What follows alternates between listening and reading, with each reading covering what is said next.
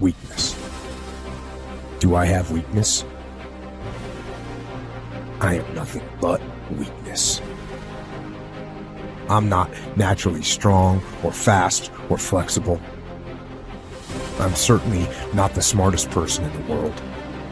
I get emotional over stupid things. I eat the wrong foods. I don't sleep enough. I procrastinate and I waste time.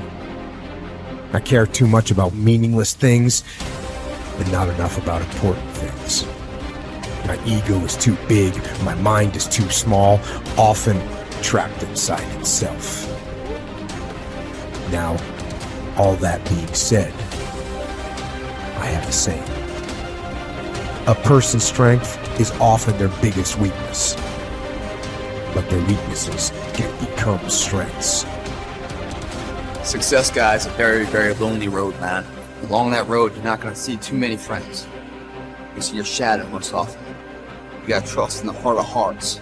Inside what you're doing, what you believe in is a worthy cause, a winnable fight.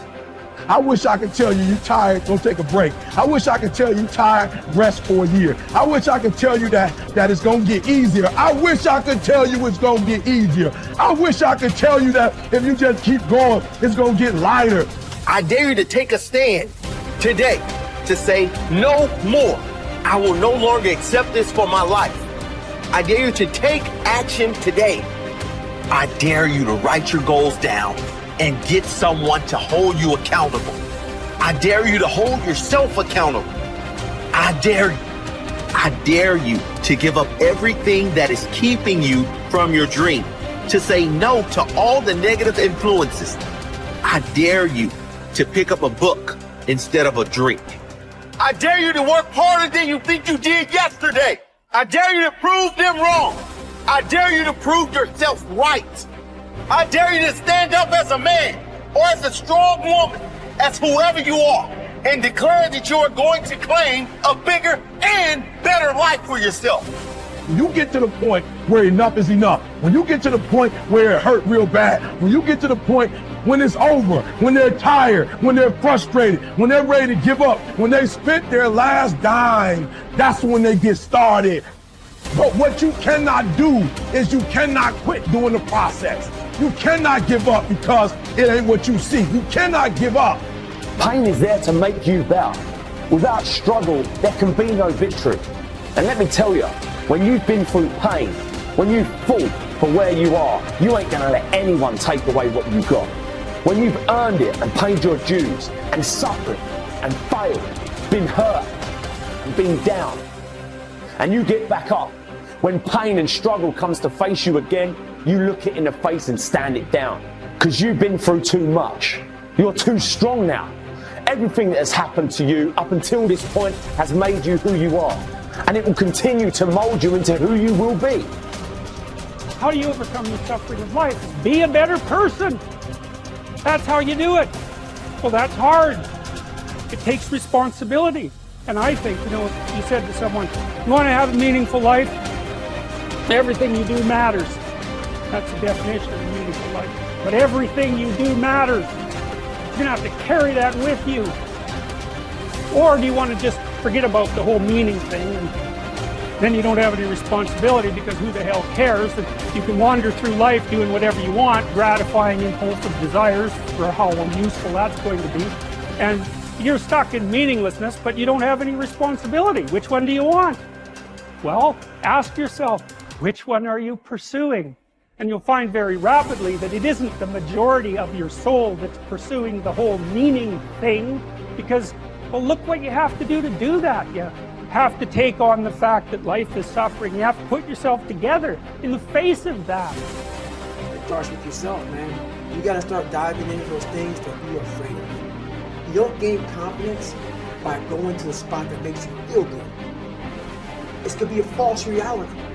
And the second life gives you that challenge, all you want to do is go back to what made you confidence, or what gave you confidence. Is that happy spot? No. What gives you confidence, what gave me confidence, was spending years at a kitchen table trying to learn how to read and write on my own. Realizing I can't learn the way you learn. I can't. But I can learn. What gives you confidence, not being afraid, is overcoming the fear.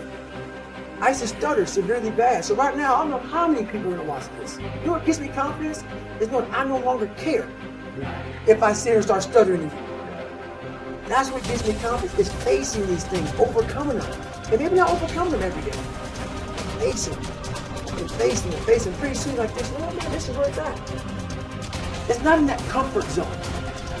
It's in the discomfort zone is where my confidence is getting good. That's where it's getting good. But people want an easier answer. There has to be an easier way. It's not. I'm sorry. I searched for it my entire life. I did. I lied. I did everything. And I still felt empty. I walk around with a backpack with all my stuff with no car. And I walk around the happiest person in the world. Have nothing. Happy as hell. It's because I found out the whole key to life. It's not in all that. Have to face yourself. So many people live to be 100 years old and they die miserable, having everything, because they never examine. I call it my live autopsy. You never examine this. Happiness, peace, enlightenment, it's all up here, man. It's all up here. And when I start talking like this, people are, man, no, it's the truth, man. It's all up here. You just got to be willing to go and face it. And that's the hard part. Attitude is a reflection, a result of a person's will. It is incalculably powerful. It can bring about marvelous results for us, but we need to train it patiently, day by day. Now let's talk about the attitudes of people who are successful.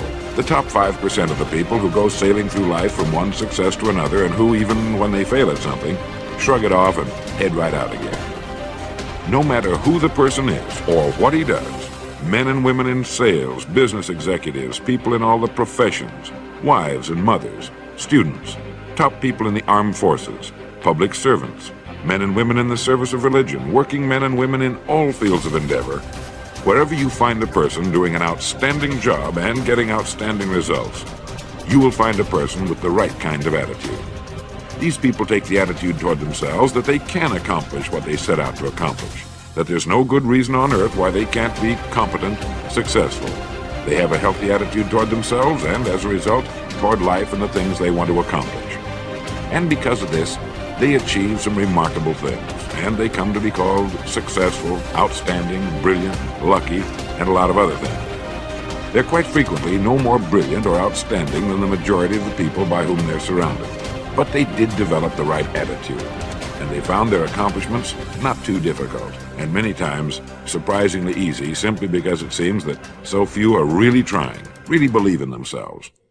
Successful people come in all shapes and sizes and in widely varying degrees of intelligence, background, and so on. But they all have one thing in common. They expect more good out of life than bad. They expect to succeed more than they fail. If you want something worthwhile, take the attitude that there are a lot more reasons why you can have it than there are that you cannot, and set out to earn it. Go after it, work at it, ask for it, and 9 times out of 10, you'll get it. Our environment is really a mirror of our mental attitude. If we don't like our environment, we have to change our attitude first.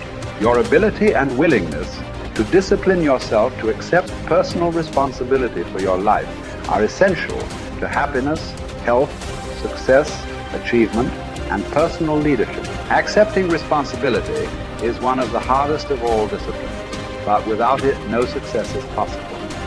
The failure to accept responsibility and the attempt to foist responsibility for things in your life that make you unhappy onto other people, institutions, and situations completely distort cause and effect, undermine your character, weaken your resolve, and diminish your humanity.